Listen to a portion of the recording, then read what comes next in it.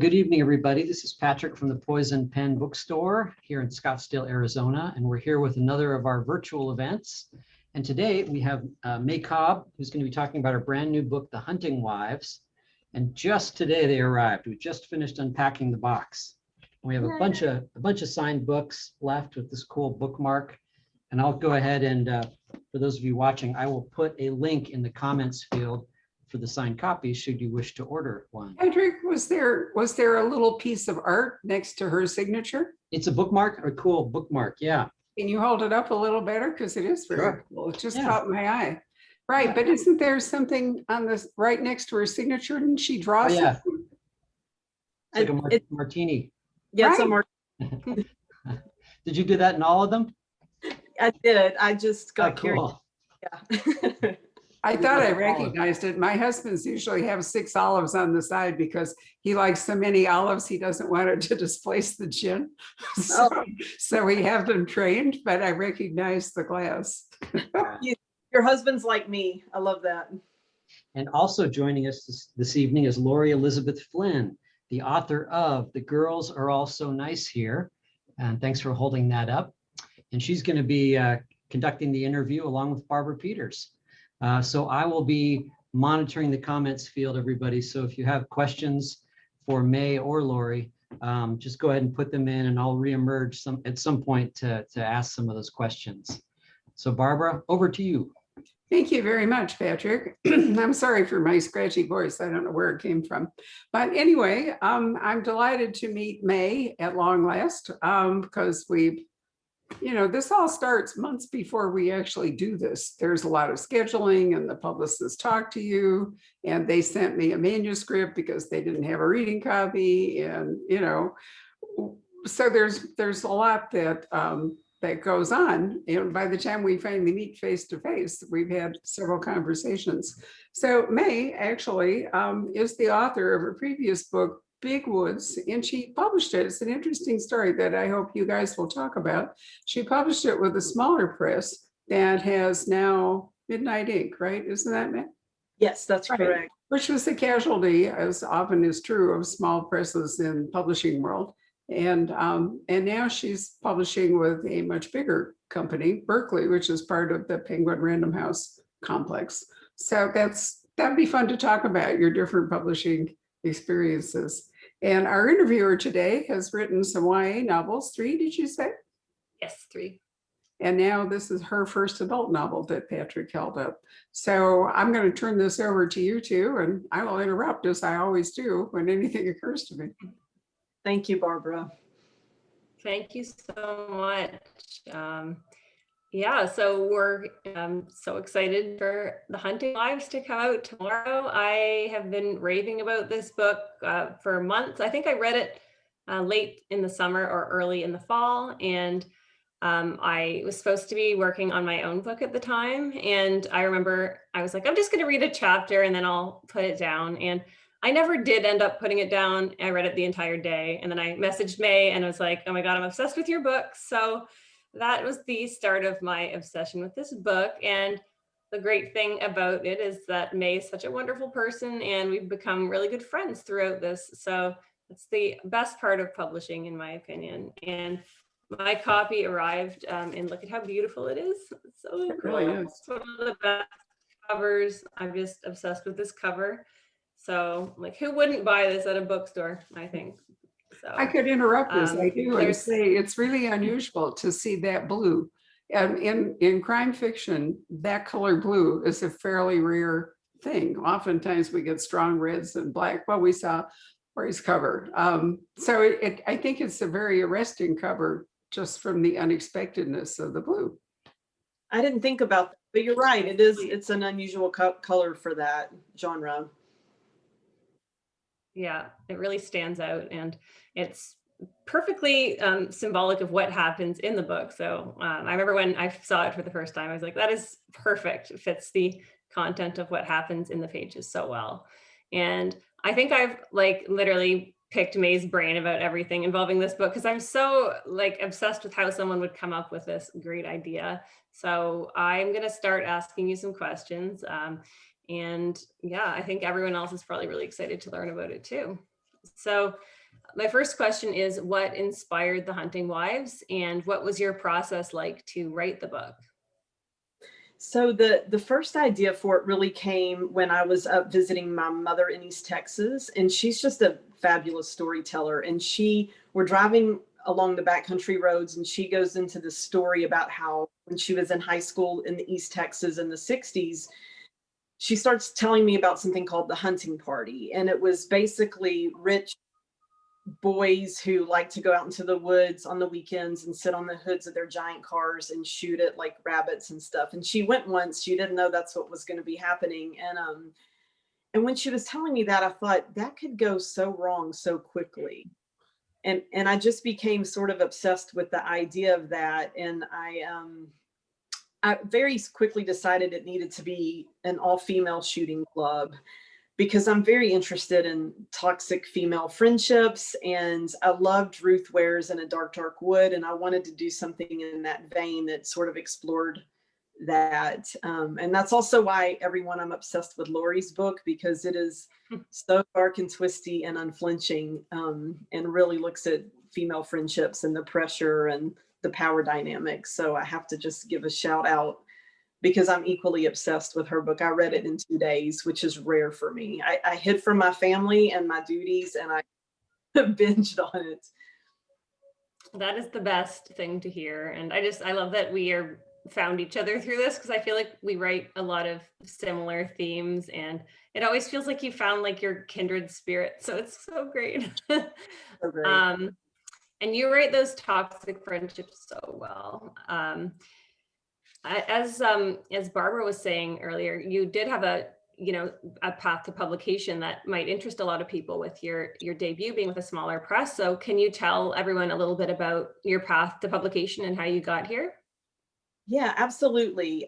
So Big Woods is my first novel. And as Barbara was explaining, it came out from a pretty small press called Midnight Ink., which is now defunct. And I'm proud of the book, and it won awards and it got really good reviews, but it, with small presses, it's really hard to make a living at. And I've really been trying to be a writer for about 25 years. And when it came out, and I realized, well, I'm not going to pay the rent this way, honestly.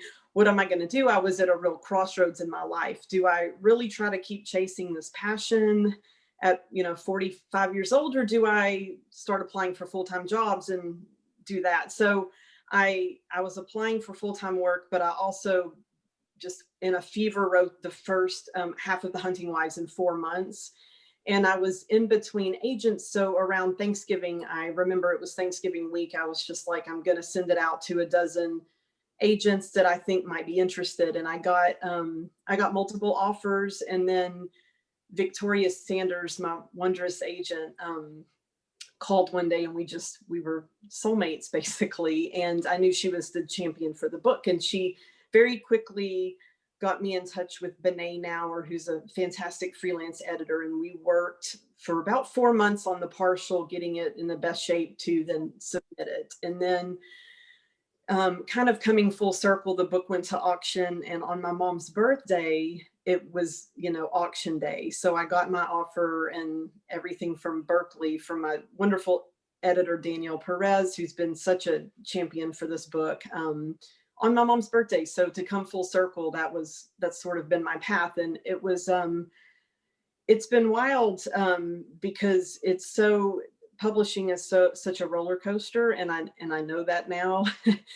And I'm very excited to be with Berkeley. And gosh, I'm rambling, but that's sort of what happened. And then I wrote the second half over a summer, and then now the book's coming out. So that was all about 2 years ago. 2 years ago when we sold it to Berkeley, and now it's coming out, and I can't wait. I love that. I think it's so fantastic, because it just shows that everyone has a different path to publication. And I think the key is just to keep persevering through everything, and keep going and keep writing the next idea. If you're, stuck, or just always to be writing something new, because you never know which could be the one. So I love that you persevered, and that this book is what came out of it, because it's so incredible. I do too. So here I go interrupting again, but you touched on a really interesting thing, which a lot of people who are working on a novel may not be aware of, which is a quote development editor. In your case, it's a freelance editor. Some publishing companies actually have development editors on staff, and I've never been entirely clear what a development editor does, because I filled all those roles. We ran a small press, Poison Pen Press, for a long time. I probably edited over 800 books, and I'm sure I filled the development role and all the rest of it because we didn't have that much staff. And we sold it to Source Books, and I'm very glad that we did, and I'm happy to have stepped back, although I still work with a few of the authors that I originally acquired.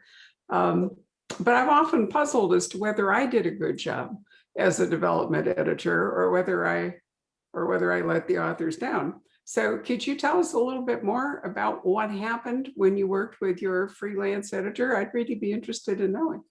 Yeah, that's such a great question. And I need to hear more about the 800 books, Barbara. I knew that y'all had the press and everything. That's For over remarkable. 20 years. Yeah, no, I mean, it's a lot. And I still do a lot of editing. I also do freelance editing for, my rule is if I'm going to have to read it one day in order to do an event with the author of the Poison Pen, I might as well read it in advance, but I'm a super speed reader. See, I can read a book in a couple of hours. Wow. So I know it's just one of those weird things that a skill I was born with. I didn't actually develop it. And that makes it easier to edit a book in the sense that I can keep the whole book in my head, read it so fast.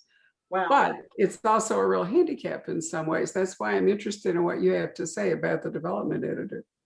Yeah, so Benet really, the thing that needed, I would say the most work is deepening character motivation and also ratcheting up the tension in different scenes and making sure that the reader stays in the character's mind in those moments. Because sometimes I could be guilty of underwriting, and she would say, you know, Sophie stayed out late at night and Graham is mad at her, but he's not as mad as he should be. So she really pushed me to make like that scene more dramatic and more filled out. And then also really working on Sophie's backstory, because she is such a complicated character. And it was very clear to me. I'm like, oh, I absolutely understand why she's doing all these crazy things. But Benet was like, but readers really probably won't understand. So we need to know what happened, in her childhood and things like that. So she really had me dig in with her backstory, and so people could understand Sophie's arc and why she's behaving the way she's behaving. So a key point is, one, you have to have provided the raw material, or otherwise the development editor or an editor, whichever way it is, can't actually do anything. But the other is you make me feel better, because the most frequent conversation I would have with authors is why, or what's going on here. And then they would tell me, and then I would say, well, that's great that you know it, but you forgot to write it down. Exactly. I mean, so that's really more or less what you're talking about. But I was thinking it might be more in terms of pacing. I am no good at pacing. And I've often thought that maybe a development editor was good on making sure that your book kept the tension throughout, and had those sort of necessary breaks also, because if it's all tension, the reader's so exhausted at the end of the book, they say, don't care. So did that happen too? I think she definitely helped with the pacing, because sometimes mine would be so plot, and readers did need a break every once in a while. Like, oh my gosh, I'm hungover just from reading that scene. Can Sophie do something normal like garden for a little bit to give readers that dramatic pause? Because I really was just like bam, bam, bam. So she helped slow it down, and with the overall rhythm. Definitely well, reader exhaustion is a real issue. I remember an author years ago who, her book, I was so tired when I finished it. I thought I'm never going to be able to do anything with this. So, Laurie, what was your experience? And then I'll shut up and go back to you. But what did you have a development editor, or how did it go with you? Because this is your first adult novel after writing YA fiction, which clearly is somewhat different. Yeah, I didn't have a developmental editor. When I queried this book and then signed with my agent and I worked on a couple different larger revision rounds and then a couple different smaller ones before we went on submission. And I'd say that the larger rounds were mostly focused on a lot of setting stuff to get the setting detail correct, because it really had to be perfect because I'm setting it at a real place. So for me to set the book at a real college, it really had to, the details really had to be correct. So a lot of work went into getting that setting right. And I'd say, kind of like May said, character motivations were definitely something that were a focus in those early edits, because they really do drive the whole story. I think, like, if you can make a reader believe that this is how somebody would act and really get on board with the reason why, then I think, you know, your book's going to have a lot more depth than it would if the characters are just doing things and you can't really grasp why. I know as a reader, that is always sort of what brings a book to from, you know, decent to excellent for me, is when I can really relate to why the character would be doing something, even if it's something horrible. If you can get me in that person's head, and I think May does that so well with these women in her book. You know, obviously their behavior isn't great throughout a lot of the book, but you really get a sense of why it's happening. And I think that is really what makes the reading experience heightened for me.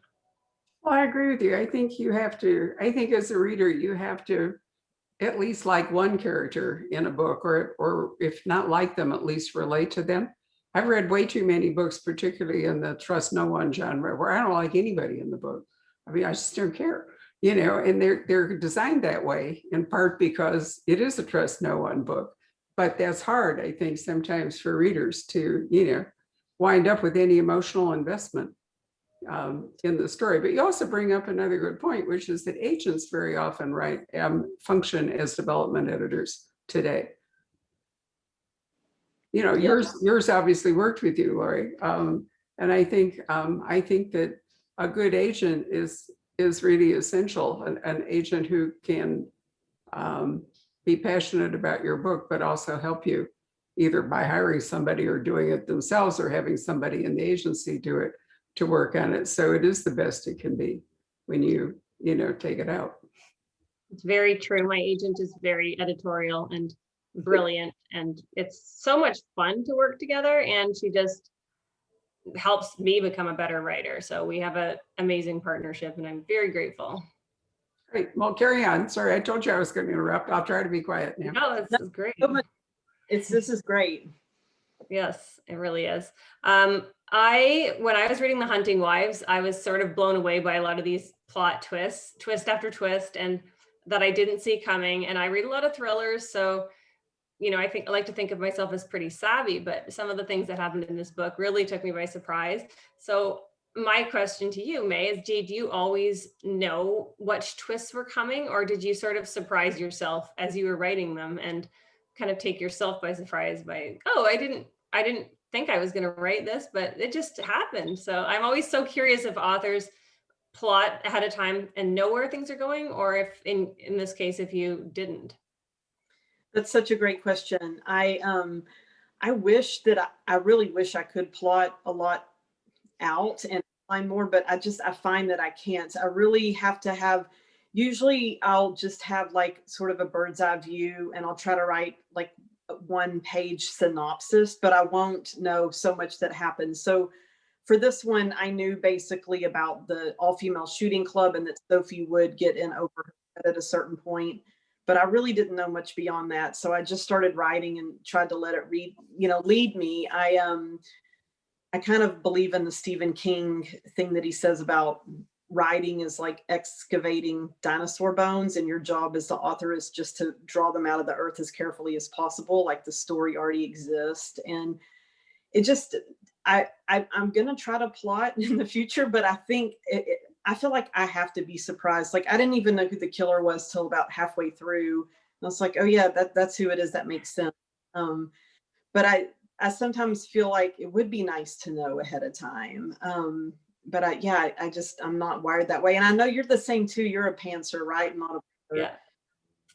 Yeah, I love that you are too. It's such I'm the same as you too. I wish I could plot, because it would really make things at least in my head, I'm like, oh, it'd be so easy if I knew what was coming next to stay organized and not have such a messy first draft. But I'm the same as you. I don't know what's going to happen. So it's I love hearing from other writers who write thrillers who have the same process. And I love that you didn't know who the killer was until that far into the book. That's fascinating, because obviously no spoilers, but like it's such a perfect thing reveal. So Thank no you. spoilers. Everyone needs to read it. So we can all talk about it.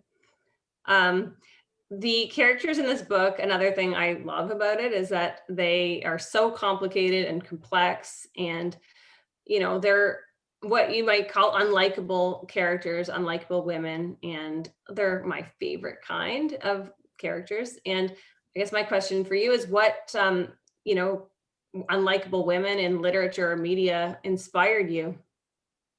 I mean, I really love Amy Dunn from Gone Girl. She's like the ultimate, she's pretty despicable, but you just love her and you're rooting for her. And when you figure out what she's up to, and I know you and I share an infatuation with the movie Heathers, and I love all the wicked girls in that film so much. And going way back, I love that movie All About Eve and Eve Harrington in it. She's so wonderful and juicy. And then really solely, one of your main characters, Laurie, is one of the best, unlikable, but you cannot quit watching her characters. So those are some top ones for me. Well, thank you for putting Sully in such good company. She would be really flattered to hear that. And I totally agree with you on everything you said. And I love that we share a love for Heathers. It's such a great dark comedy with so many interesting characters, and young Christian Slater. So can't go wrong. So good. So good. So one of my favorite things that you do in The Hunting Wives is that you upend the old boys club stereotype. And you the wives get into the same, devious behavior that men are often praised for and women are demonized for. When you were writing, did you set out to sort of expose this double standard, or did it just sort of emerge as you wrote? I love that you fuse your suspense with this social commentary. So I'm curious as to how you went about that.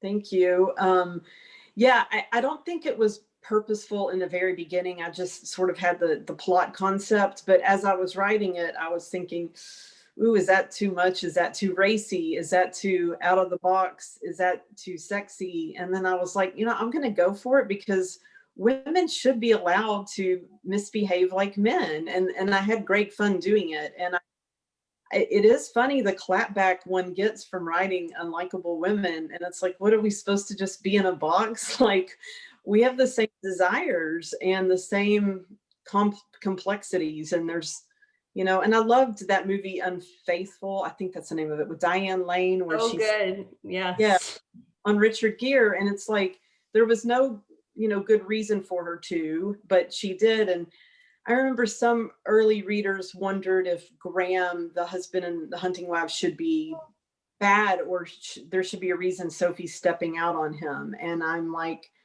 no, it's really just what's going on with her. It really has nothing to do with him. And she should be allowed to have those urges. And not that it's great that she acts out on them, but she's human. So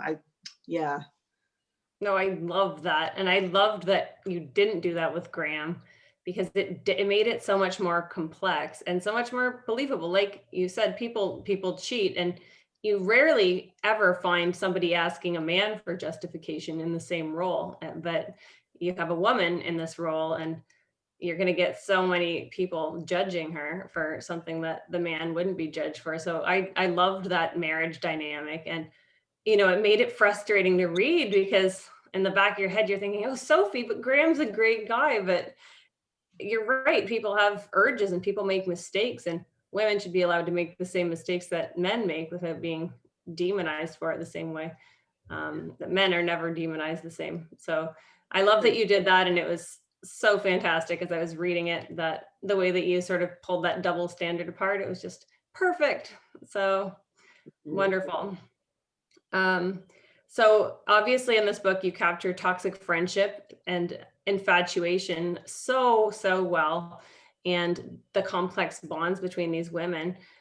Sophie meets Margot and she's automatically sort of infatuated with her, and it felt so real. And I think it's something a lot of women can relate to.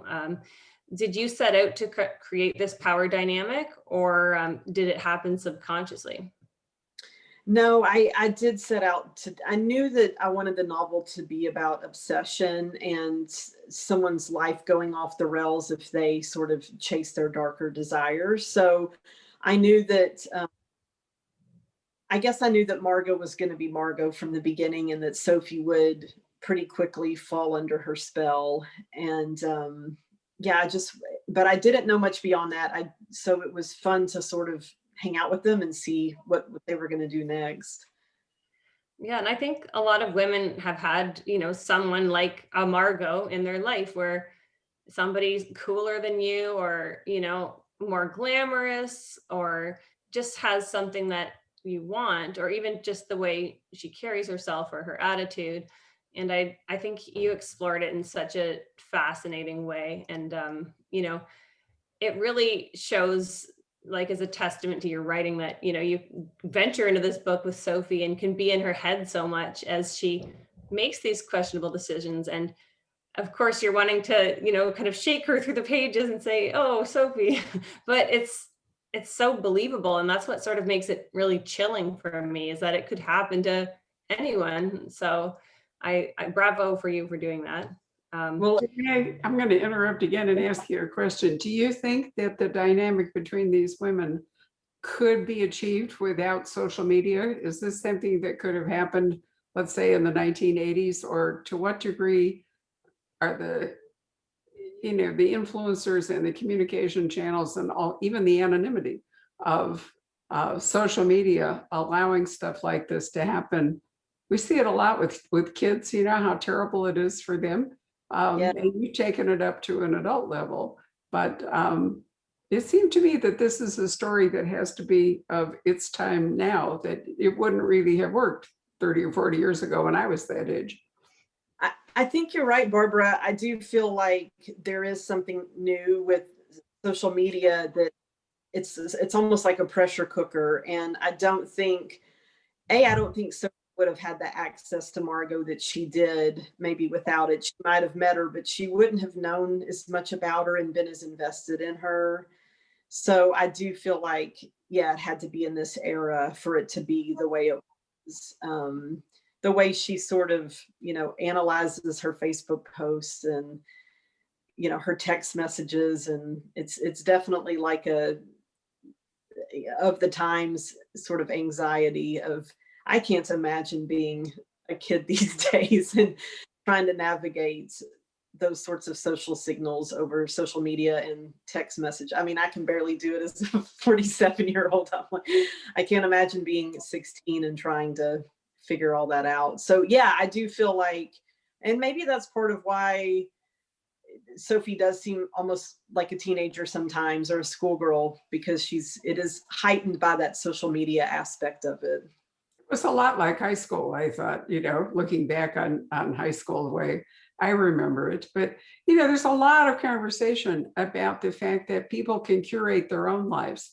And now everybody can tell their own story, publish their own story. We see it at the bookstore. It's so interesting when people come to author, well, when they could come, and hopefully will again come to author events. And, everybody has a phone now. Everybody has a camera. And way back when I started the store, people were excited about getting their books signed. But now the dynamic is that what people are excited about is to take photos with the author. And if you have a real glamour author, we're the Outlander bookstore. So Diana's like a walking, whatever. And what you realize is that everybody there with their camera is wanting to make that part of their story. Look, I was here, envy me.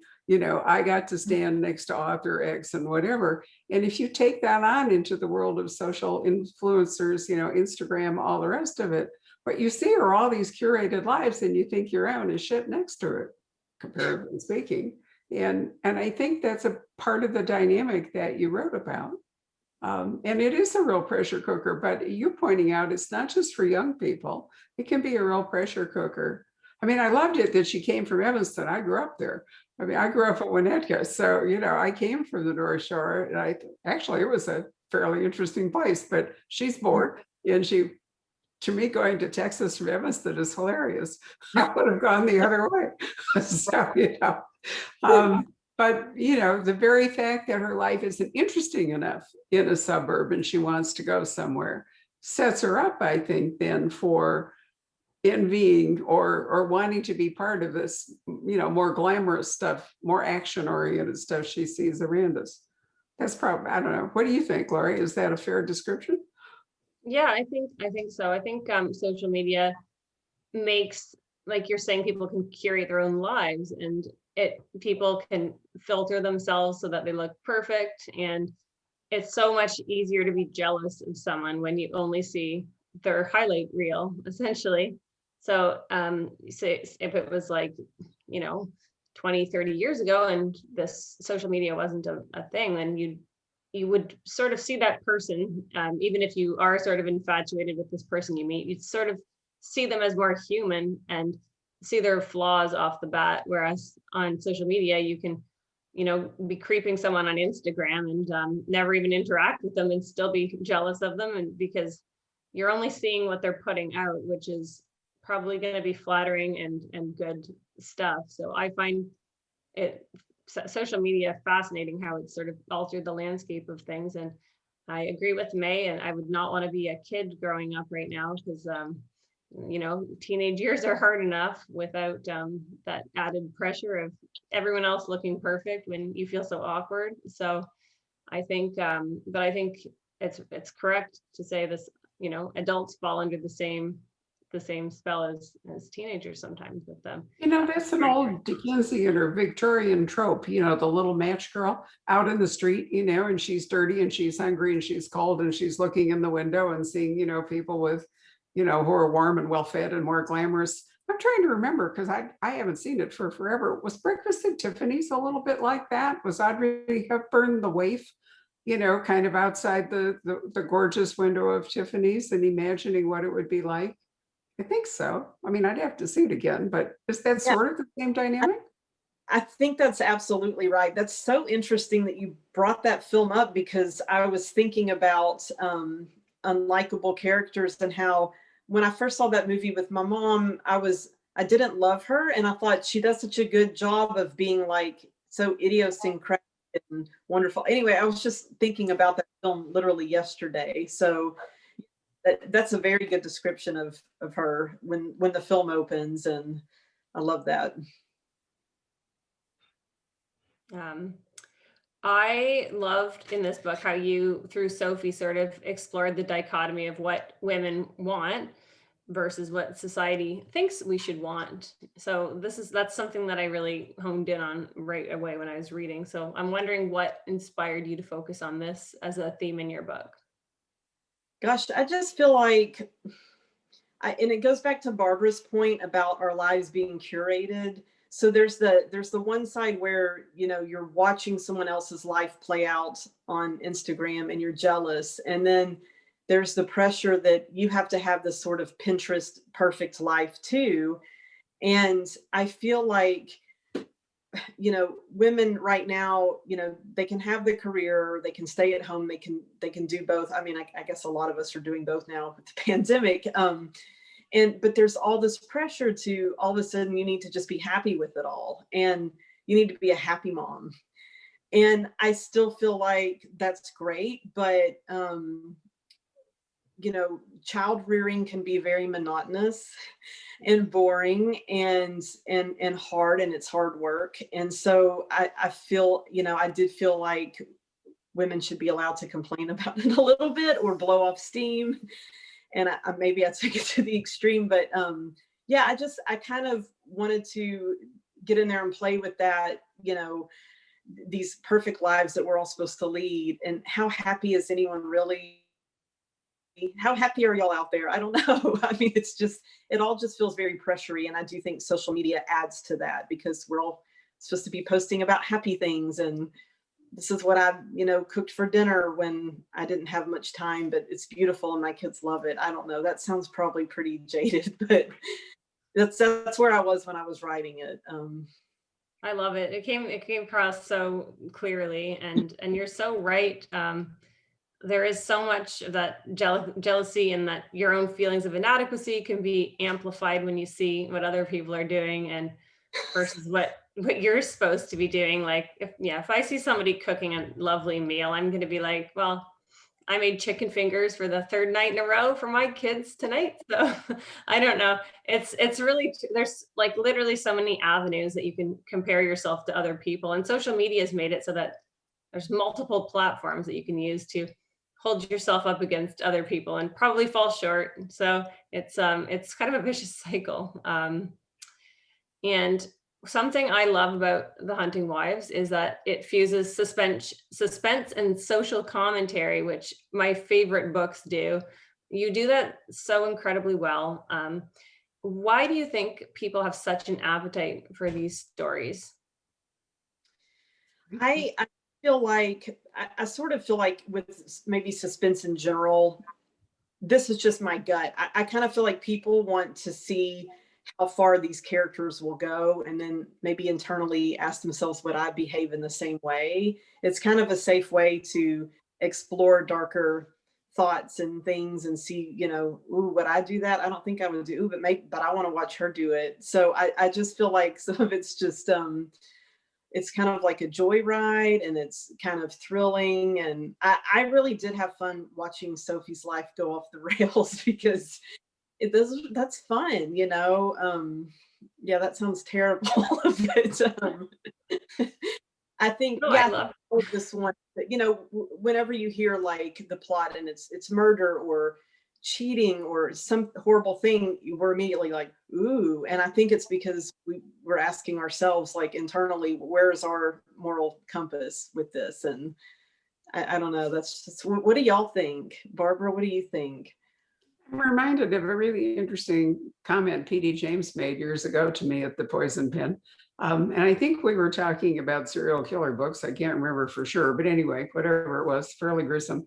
She was annoyed in part because the British term for cozy is entirely different than the American term. And so in British terms, she writes cozies, which, considering the rivers of blood and all the horrible stuff that happens, is hilarious in that sense. But anyway, she said, satisfying it is, to be a reader and to lie in bed with a terrifying book and realize that the footsteps sounding on the stairs was not coming for you.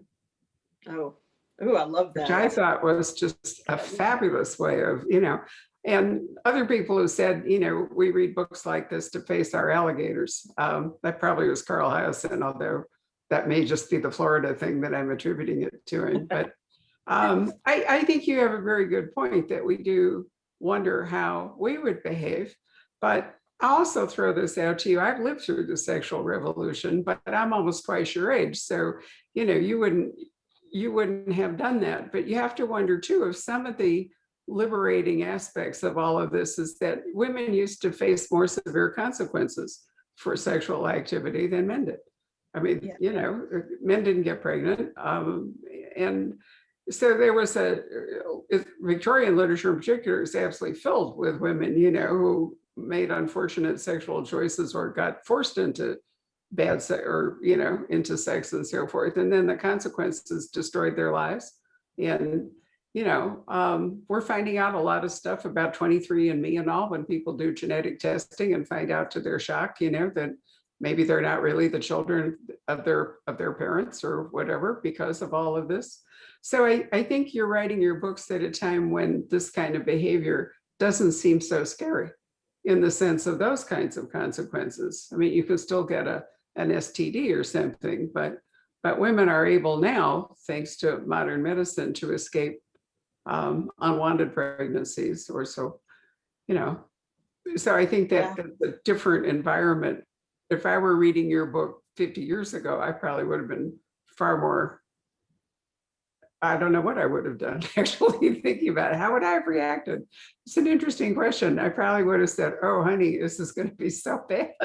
Yeah, yeah, for sure. Yeah. I mean, you're right. It is a different time, and I know that is so fascinating, Barbara. I never thought about that. The consequences in the past, the stakes they are lower now. Yeah, well, this is what's fun for me is to be talking to younger writers like you. I mean, and we've had the store now for 31 years. So lots of the authors that I have nurtured along all this time are now in their 60s or 70s. And, I love it meeting new authors that are in their 30s and 40s, occasionally in their 20s, but I'm not clear you can be a great author in your 20s, although every once in a while it does actually happen. And to see what your role is like. It's really, it's a lot of fun for me. And to that end, Laurie, tell us a little bit about your book, because we haven't had a chance to talk to you about it. Why don't you give us a little pitch for the girls? Yeah, so The Girls is sort of like a Mean Girls, like very much darker, more disturbing Mean Girls with a bit of an I Know What You Did Last Summer twist. It takes place at a 10-year college reunion where the protagonist has received a note basically telling her she has to come to the reunion because somebody knows about what she did that night. And it was a night back in freshman year that she's, done her best to put behind her. And she believes that the person who sent the note to her is her best friend from back then, who is the only person who knows what she did, or so she thinks. But when she gets to the reunion, she finds out that her best friend has also received this note. Somebody is circling them who knows what they did freshman year and who wants revenge. So it's and sort of like May's book, but like The Hunting Wives, it sort of has a cast of complicated female characters who make some very bad decisions. And I think our books share that in common. There are many books that, the basis of them are on the really poor decisions adolescents make and their desperate attempts to cover them up or suppress them or something. I like May's book for the fact that your character is older, because so often, adolescence it's almost a trope in a way, that really bad decisions that you make when you're young can come back and haunt you. And I love the fact that it can be turned into so many different stories, like your excellent book, Laurie. But I also think it's interesting to see an older character who does the same kind of thing and what happens. Patrick, why don't we call you up from your black hole and see if we have questions that you want to forward to us, or you may have questions of your own, or is this too female a conversation for you? Are you going to overcome the gender thing and leap in, kiddo? Not a whole lot of testosterone here, but no, but I'm enjoying the discussion. It's funny, there aren't a whole lot of real serious questions here. People are watching and commenting. Well, here's a question from Bonnie for both of you. Let's see. Was there a particular author that inspired you to start writing? Laurie, why don't you take that? I'd love to hear your answer. I don't know about starting writing. I can't really think, because I feel like I've been writing forever in some capacity. Since I was a little kid. I was totally that kid who was like obsessed with books and would rather be writing stories and reading books than socializing. So, but I think the author that inspired me to start writing this kind of book was definitely Gillian Flynn with Gone Girl. I think that I still remember I read that book on a flight from Johannesburg to London, England, and it was a very long flight. And I read that book, like I just tore through it. I was fascinated that I hadn't read a book like that. And it was a total game changer for me, as I know it was for a lot of people, but I think reading that book really changed something for me, because I realized, okay, so women can be like that in books and can do these things and have these thoughts, and wow, okay, I want to write that. So I think that book was really the gateway for me. And another book that made a huge impact on me in what I wanted to write was Luckiest Girl Alive by Jessica Noel. I think like her female character in that book is also makes some questionable choices. And the book is a fantastic fusion of that suspense and social commentary and double standards. And that book really, kind of amplified for me what I wanted to write. So I'd say those were the two books that started things for me. I love it. I love it. Yeah, I mean, Gone Girl for me as well, in terms of crime fiction anyway. I've been working on a nonfiction book for 25 years, and I'm going to finish it soon. But yeah, reading Gone Girl, and like you said, that, oh wow, it's so groundbreaking in terms of the female character, and then also The Girl on the Train, that totally captivated me. I loved the propulsive nature of that book. And I'm a really big Tana French fan too. So she was a huge influence on me. In the Woods was a truly wonderful book. Has Really. either of you read Patricia Highsmith? I haven't yet. Yeah. I'm guilty. I have not, and I want to. Of course, I've seen The Talented Mr. Ripley, but I've Right. never read her. Well, I know Yeah, we need. you might enjoy her. She was way ahead of her time, I think. And wrote a lot about twisted obsession. Yeah, she's really, really great. Which is neat and bring to Patrick, although you don't know that. Not just more the twisted and Ripley obsessive it novels. is, the happier Patrick is. It's so great. Yeah, I love it. Yeah. But not just the Ripley novels, although those are great, but also some of the strange standalones she wrote. There's some wonderful ones. Let's see. Let me just ask, Laurie, are you a Joyce Carol Oates reader by any chance? I haven't. I don't think I've read anything of hers. Might be interesting. You actually resemble her in some ways. It's Oh. been interesting sitting here looking at you. But she has she's a wildly prolific and wildly expansive author. I mean, genre has no boundaries for her. She just writes all over the place. Really interesting. But you might find actually she writes a lot of literary criticism, right, Patrick? I don't know how she does it. Yeah, you might be interested. She's a professor at Princeton or something? Princeton. Yeah, and she writes like a book a month many times, but there's Wow. a lot of what she has to say you might find especially interesting. I'll have to check her out. Well, Yeah. OAP, yes.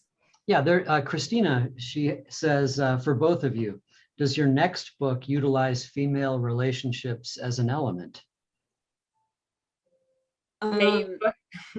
Yeah, mine does. Yeah, I've just handed in another round of edits on it, and it's I can say a little bit about it. It's about 3 lifelong friends who live on the same, like in the same neighborhood now in another small town in East Texas, and their life is upended one day when a strange, sexy, dangerous man moves into the neighborhood, and it's just, yes, it's very twisty, and he messes with all their lives. And Laurie, please tell us about yours if you can, because it's our about y'all, and it's amazing. Mine definitely involves female friendships as well. So mine is sort of like a Bridesmaids meets Gillian Flynn. So it's set at a bachelorette party. So it definitely kind of has that wedding industry criticism and the expectations on women within it, and how it sort of is designed for us to fail. So I think my book pretty much revolves around women and expectations and their relationships with each other and how they're challenged by this very stressful environment. Can't wait. I'm excited for yours too, obviously. Let's see. Has either of you sold the film rights or TV rights for your books? Laurie, why don't you answer that? Sure. Yep. So mine has been, The Girls Are Also Nice Here has been optioned for a TV series by AMC, which is pretty wildly exciting to me, since I love AMC. They put out my favorite show, Breaking Bad, and they've done The Walking Dead and Mad Men. So, that was a totally surreal moment for me as an author. So yeah, there's some developments happening with it that I'm not allowed to talk about yet, but fingers crossed. I'm not really allowed to talk about what's going on with mine, so I'll just leave it at that. That sounds so cool to say. I mean, authors always say that. That's right.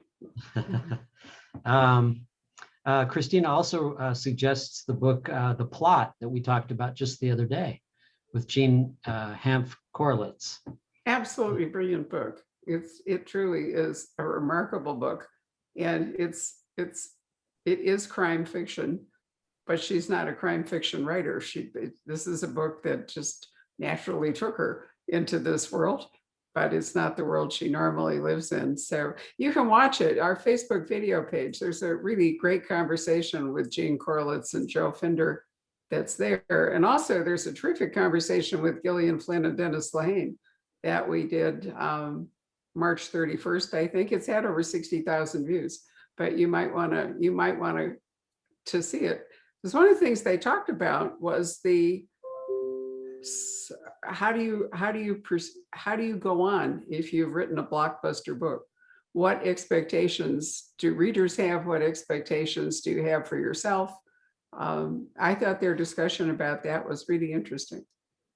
I'll have to watch both of those. They sound fascinating. Yeah, they really are. It was a 20th anniversary thing for Dennis Lehane, where we did sort of a pop-in event with Dennis and Gillian. But I thought it was an amazing conversation, didn't you, Patrick? Yeah. Oh yeah, it was great. It really was. So there's tons of videos on our Facebook. You just go to poisonpen.com and click on Facebook video. You don't have to belong to Facebook to watch them. I'll have to check that out too. Yeah, I think you'd really like it. But I've never talked to Joyce Carol Oates, so I can't offer you a video for that. Yeah. Well, that's about it as far as questions go. Great. Was there anything else, Laurie, that you wanted to ask? You've prepared so carefully. I don't want to toss any of your questions aside here. No, I have one last fun question for May, and just in honor of the Hunting Wives, what is your beverage of choice?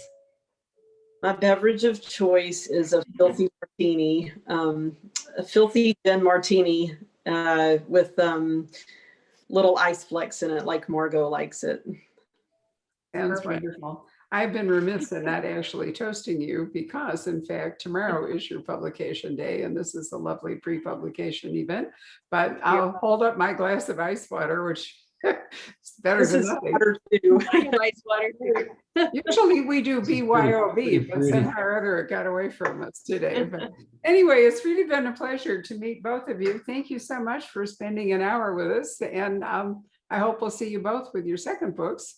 Be nice if you could come to Scottsdale, but one of the great things about Zoom is that we can get people together that might not otherwise coalesce in one place. So we're planning to keep it. In addition, we've actually videoed our in-store events for over 2 decades. So what's interesting about this is it expands the audience.